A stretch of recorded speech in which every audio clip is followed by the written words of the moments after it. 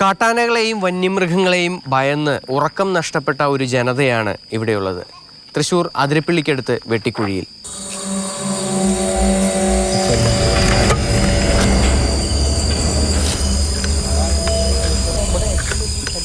നമുക്ക് ഇവിടെ വരുമ്പോൾ ഇവിടെ വരുമ്പോൾ നമുക്ക് കാണുകയും ചെയ്യാലോ. നമുക്ക് ഇവിടെ കത്തിക്കാം.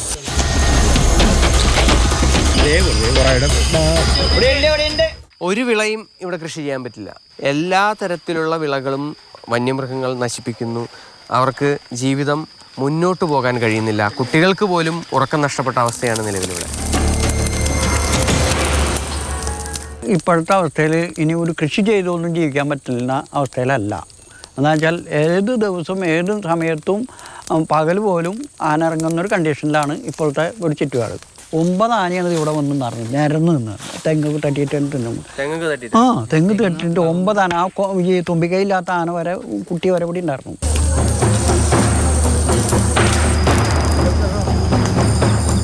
ഒന്നര 2 മണിയായ സമയത്താണ് ഇതിവിടെ കിടക്കുന്ന പന അത് മറച്ചിടണേ.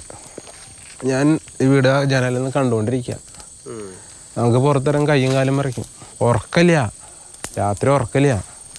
ഇപ്പോൾ 2 മണി 3 മണിക്ക് ആകുമ്പോഴാണ് ഒന്ന് കണ്ണടയ്ക്കാൻ പറ്റുക. വെളുപ്പിന് 3:30-4 മണിക്ക് വെട്ടണ റബ്ബറാണ്. ഇറങ്ങാൻ പേടിയായതുകൊണ്ട് നമുക്ക് വൈകുന്നേരം വെട്ടിയിടണം. അതായത് നമുക്ക് ഇപ്പോൾ ഇതിൽ കൂടെ ഇറങ്ങി വരുമ്പോൾ ഇവിടെ എന്തിട്ടുണ്ടെന്ന് പറയാൻ പറ്റില്ല. അപ്പോൾ വൈകുന്നേരം ഒരു 5 മണിയാകുമ്പോഴേക്കും പരിപാടി വെട്ടൊക്കെ പരിപാടി കഴിഞ്ഞ് ഇതായപ്പോൾ ഇതിൽ ഈ ശരിക്കും പറഞ്ഞാൽ കർഷകൻ്റെ അവസ്ഥയാണ്. ഇപ്പോൾ ഈ ചിരട്ട നിറയേണ്ടത്, അതായത് 2 മണിക്കൂർ കൊണ്ടൊക്കെ ഈ ചിരട്ട നിറയേണ്ടതാണ്. അതിൻ്റെ അവസ്ഥയാണത്.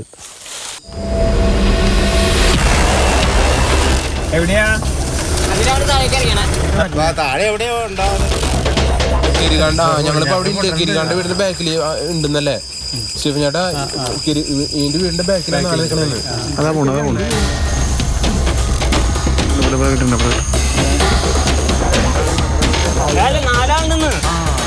ഇത് കൂടെ കൂട്ടുന്ന പറഞ്ഞത് ഈ തുമ്പിക്കൈയില്ലാതെ കൂടെ 2-3 ആൾക്കാരുണ്ടാവും.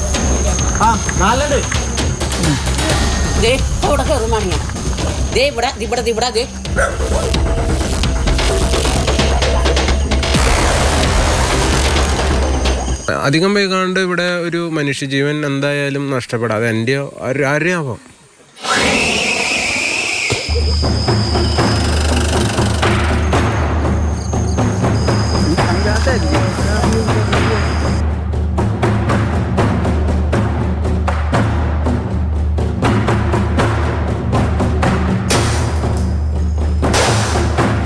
ഞങ്ങൾ എത്ര കാലം ഞങ്ങളിനി ഇങ്ങനെ ജീവിക്കുന്നത് ഞങ്ങൾക്ക് പറയാൻ പറ്റില്ല.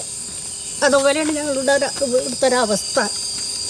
എത്ര നാളായിന്നറിയാം ഞങ്ങൾ രാത്രി ഒന്നും ഉറങ്ങിയിട്ട്.